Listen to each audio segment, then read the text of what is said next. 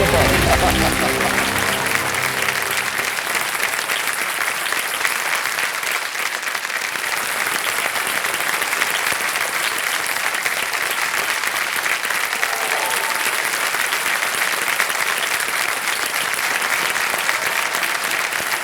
बहुत बहुत बधाई आपको अनिकेत जी। माता जी की बात जो थी लग गई। वो सही निकली। उनका आशीर्वाद, बिल्कुल सर। उनकी प्रेरणा और एक तरह से उनका बल भी था इसमें कि तुम तैयारी करो, तुम एक बार पहुंच गए वो ही मेरे लिए काफ़ी है। लेकिन माता जी प्रणाम करता हूं आपको, ये वहां से वहीं नहीं रहे, वहां से अब यहाँ आ गए हैं। बहुत बहुत बधाई आपको। Well done. देखो समझो मेरे सामने हॉट सीट पर बैठ गए अनिकेत शंकर पाटिल जी। ये एक विद्यार्थी हैं, स्टूडेंट हैं, नागपुर महाराष्ट्र से हैं।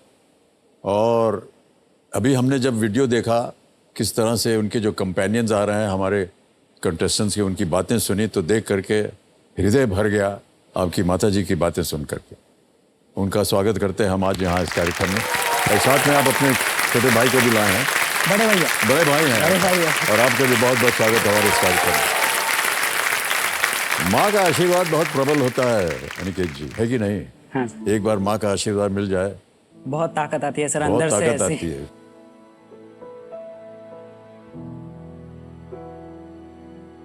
जमीन आसमान का फर्क होता ये है। लास्ट चांस था मेरे लिए, लेकिन जब वो वीडियो देखा थोड़ा अंदर दिल भर के आया, नहीं मुझे करना है, लास्ट चांस है। मैं उसके बारे में नहीं सोचा, मुझे माँ के लिए करना है। तब जाके वो ताकत आई, उंगलियां क्या सब तेज दौड़ने लगे अंदर। तो फिल्में वगैरह देख सकते हैं कि नहीं आप? फिल्म में तो ज्यादा इंटरेस्ट नहीं है सर, लेकिन क्रिकेट का बहुत ज्यादा है। एक्चुअली सर क्रिकेट मेरे दोस्त जो रहते थे मुझे चुपके से बुला के स्कूल होने के बाद 6 बजे बुलाते थे कि अनिकेत चल खेलने जाते हैं। मम्मी बहुत स्ट्रिक्ट थी, खेलने नहीं देती थी, तो मैं चुपके से चला जाता था उनके साथ। लेकिन लेट हो गया, उनके बहुत मार पड़ती थी। वो दोस्त मुझे घर तक छोड़ने आते तो थे, लेकिन जब मार पड़ने लगे भाग जाते थे। कभी बचाने नहीं आता था, ले जाते। हमने सोचा कि शायद उनको भी मार पड़ती होगी। नहीं नहीं, वो भाग जाते सर, मेरे दोस्त बड़े होशियार है, होशियार है। मुझे छोड़ के भाग जाते थे। किस तरह के भोजन आपको पसंद है?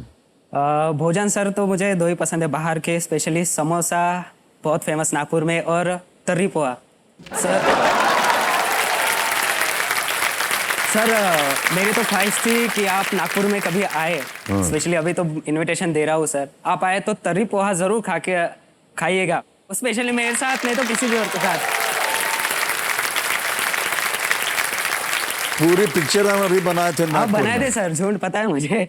आप तो मिले नहीं हमको तो। लेकिन मैं उस समय पुणे में था सर। अच्छा। वही एक बुरी बात हो गई, जब आप नागपुर गए मैं पुणे में आया। अच्छा, जब हम नागपुर जाते हैं ऐसी कौन सी चीजें जो वहाँ देखने लायक होती हैं? सर वहाँ पर जैसे फाउंटेन अभी लगा है, नितिन गडकरी जी ने फुटाड़ा लेक कहा जाता है उस पर, बहुत बड़ा फाउंटेन लगा है अभी, उन्होंने इनॉग्रेट किया है। तो वो कैसा म्यूजिकल फाउंटेन है, उस पर वीडियो दिखाया जाता है कि कैसी जर्नी रही है नागपुर की, किसने इसे विकास किया, बस आया।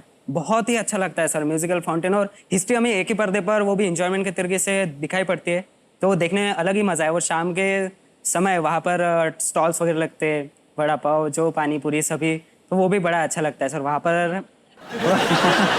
वो खाने का मजा उस टाइम पे देखने में बड़ा अच्छा लगता है सर। पूछा क्या था आपसे, घुमा फिरा करके खाने पीने पे आ गया। हमने सुना है कि वहाँ पर एक 0 माइलस्टोन भी है। जी सर, 0 माइल एक्चुअली नागपुर में ऐसा सेंटर बनाया ब्रिटिशर्स ने एक स्टोन लगाया वहाँ पर, ताकि पूरे इंडिया का जो सेंटर है वो किस जगह हो और किस सिटी से हम डिस्टेंस गिन पाए, चाहे वो नॉर्थ, साउथ, ईस्ट और वेस्ट। ये देखिए सर, इमेज मैंने ही निकाली है। हाँ सर, ये जो यहाँ पर, हाँ ये पत्थर लगाया गया है, यही वो स्थान है जहाँ पर 0 से शुरुआत होती है किसी भी डिस्टेंस की। और एक 0 माइल का जो पिलर है वो भी वहाँ पर लगाया गया है। हाँ। ये पिलर ब्रिटिशर्स ने लगाया था। जी। मेरी जर्नी नागपुर से शुरू हुई, 825 किलोमीटर दूर मुंबई में आया, मुंबई में केबीसी के शूट के ऊपर बैठा।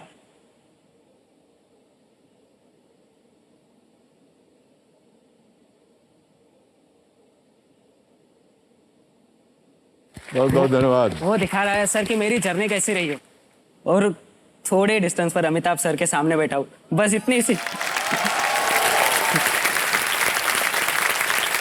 आपको समय मिलता है ये सब क्रिकेट वगैरह देखने के लिए?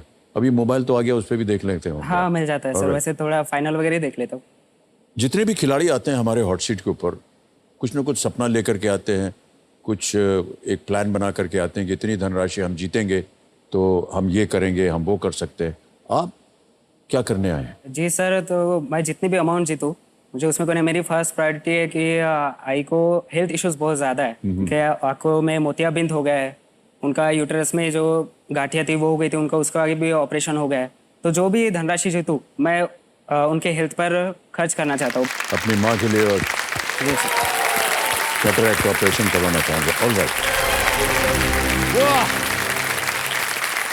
वाह, very well played. Thank you sir. बिल्कुल सही जवाब दिए आपने, हाँ और जितना समय आपने लगाया उसको जोड़ जाड़ करके लीडर बोर्ड पे आपने देख लिया, हाँ। प्रथम स्थान पे आ गए। हाँ चलिए समझो, मेरे सामने हॉट सीट पर बैठ गए हैं करण इंद्र सिंह ठाकुर। ये एक किसान है, एक फार्मर हैं और नवसारी गुजरात से आए हुए हैं। बहुत बहुत स्वागत आपका भाई हाँ साहब। सर, मैं आपको एक चीज़ बताना चाहता हूँ। यहाँ आना मेरा तो एक सपना था ही सर, लेकिन आज मेरे पापा का भी एक सपना पूरा हुआ है। मेरे पापा आज मुझे जहाँ से भी देख रहे होंगे आज बहुत ही खुश होंगे कि आज मेरे लिए तो एक ड्रीम कम ट्रू है, लेकिन मेरे पापा को एक सच्ची ट्रिब्यूट है मेरी तरफ से कि आज। जी जी, क्या हुआ था उनके भाई साहब? सर लास्ट ईयर जब कोरोना की सेकेंड वेव थी तब उनको हॉस्पिटलाइज करना पड़ा था। उनको कोरोना इन्फेक्शन हुआ था। कोरोना के कारण हार्ट कॉम्प्लिकेशंस की वजह से उनकी डेथ हुई थी। भाग्यवश उनकी याद में आज आप ये कार्यक्रम और जहां आप हॉट सीट पर आए हैं एक तरह से समर्पित कर रहे हैं आप हाँ, उनको। मैं उनके लिए आज जो भी जीतूंगा उनके लिए है। बहुत बहुत हमारी कामनाएं हैं आपके साथ। ऑलराइट, कंपेनियन के रूप में आप किसे लाए हैं करण जी? मेरी पत्नी है। मैं प्रणाम करता हूं आपको। और आपका शुभ नाम? खुशबू ठाकुर। ओह, खुशबू ठाकुर जी। एक बार तालियां बज जाएं खुशबू जी के लिए। करण जी, आपने थोड़ा बहुत तो अपने बारे में बताया, हाँ। कि आप किसान हैं। कुछ और बताएंगे आप अपने बारे में? सर मैं किसान हूँ, साथ में मैं एक केमिकल इंजीनियर भी हूँ। ओह, हाँ, तो सर किसान के लिए उसकी सबसे बड़ी जमा पूंजी उनकी ज़मीन रहती है सर। तो मेरी ज़मीन इतनी अच्छी है कि मुझे फुल सपोर्ट करती है सर कि किसी भी तरीके का हम क्रॉप्स उस पर उगा सकते हो। ओह, ज़्यादातर अभी जो मार्केट का ट्रेंड चल रहा है वैसे तो हम शुगर केन पे ज़्यादा दे रहे हैं, गन्ना। जी जी, गन्ना, बिल्कुल। गन्ना, लेकिन वो एक साल का क्रॉप्स रहता है पूरा। लेकिन एक साल के बाद किसान को क्रॉप्स चेंज करना पड़ता है, क्योंकि वो सॉइल के लिए भी अच्छा रहता है, जमीन के लिए भी अच्छा रहता है और पैदावार भी अच्छी खासी होती है। जी, ओके। तो ये सब कर रहे हैं आजकल। हाँ। केमिकल इंजीनियरिंग क्यों की आपने? ताकि हाँ, केमिकल इंजीनियरिंग क्यों की? क्योंकि पापा का पहले से एक सपना था कि कुछ भी हो जाए किसानी तो छोड़नी ही नहीं है। लेकिन किसानी के साथ साथ पहले एक ट्रेंड चलता था कि कोई किसान पढ़ता लिखता नहीं था कि करना है तो कुछ भी, आखिरकार काम तो खेत में ही करना है ना। लेकिन वो खेत में काम करने के लिए भी नॉलेज चाहिए। आज की जो मार्केट रिक्वायरमेंट से जो डिमांड है, वैसे आप दुनिया के साथ नहीं चलोगे तो आप पीछे रह जाओगे। तो आज का किसान आगे बढ़ना चाहता है, तो किसान को भी एक अच्छी जगह पे, एक सोसाइटी में एक अच्छी जगह, अच्छी पोस्ट मानी जानी चाहिए। तो इसीलिए मैंने पढ़ाई लिखाई की। मैंने 4 साल एक केमिकल कंपनियों में भी काम किया था। अच्छा। हाँ, तो 4 साल के बाद फिर लास्ट ईयर फैमिली की भी एक रिस्पॉन्सिबिलिटी आ गई पापा के बाद। तो एक मौका भी था और एक जवाबदारी भी थी, तो दोनों के साथ मिलके फिर मैंने उसको अपना एक प्रोफेशन बनाया और प्रोफेशन के साथ मैं उसमें आगे और भी काम करना चाहता हूँ। Okay, well done. Karan ji, एक चीज और पूछनी थी हमें आपसे। हाँ, सर। कि जब आपको कॉल आया केबीसी की टीम से, तो कैसा सर, लगा आपको? पहले तो मैं घबरा गया था। मुझे कॉन्फिडेंस था कि आएगा कॉल, कि अच्छा। मैं रोज खेलता था तो आना चाहिए। तो लेकिन घर में फिर वो लोग डाउट करने के बहुत फेक कॉल्स आते हैं, आप एक बार चेक कर लीजिए। लेकिन दूसरे दिन ऑडिशंस के लिए कॉल आया था, तो फिर मालूम चला कि ये सही है। यही सही है। ऑलराइट। हाँ, बहुत से लोगों को तकलीफ सर। और कष्ट हो रहा था कि ये फेक कॉल फेक है कॉल्स है। हाँ सर। और वो नहीं जाएंगे। बहुत से लोग नाराज हो जाते थे, फोन बंद कर देते थे। हाँ सर, क्यों मजाक कर रहे हो सर? हाँ, ऐसा। एकदम ऐसे ही करते हैं। तो हमने सुना है भाई साहब हाँ सर।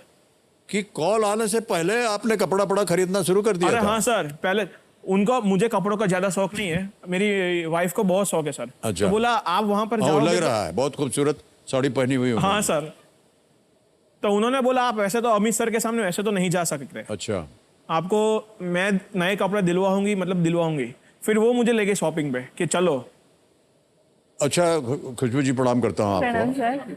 बहुत बहुत धन्यवाद कि आपने ऐसा सोचा कि पतिदेव जब हमारे सामने आएंगे तो उनको कपड़े पहने होना चाहिए। नहीं सर, मतलब अच्छा कपड़े। कहना क्या चाह रही हैं आप?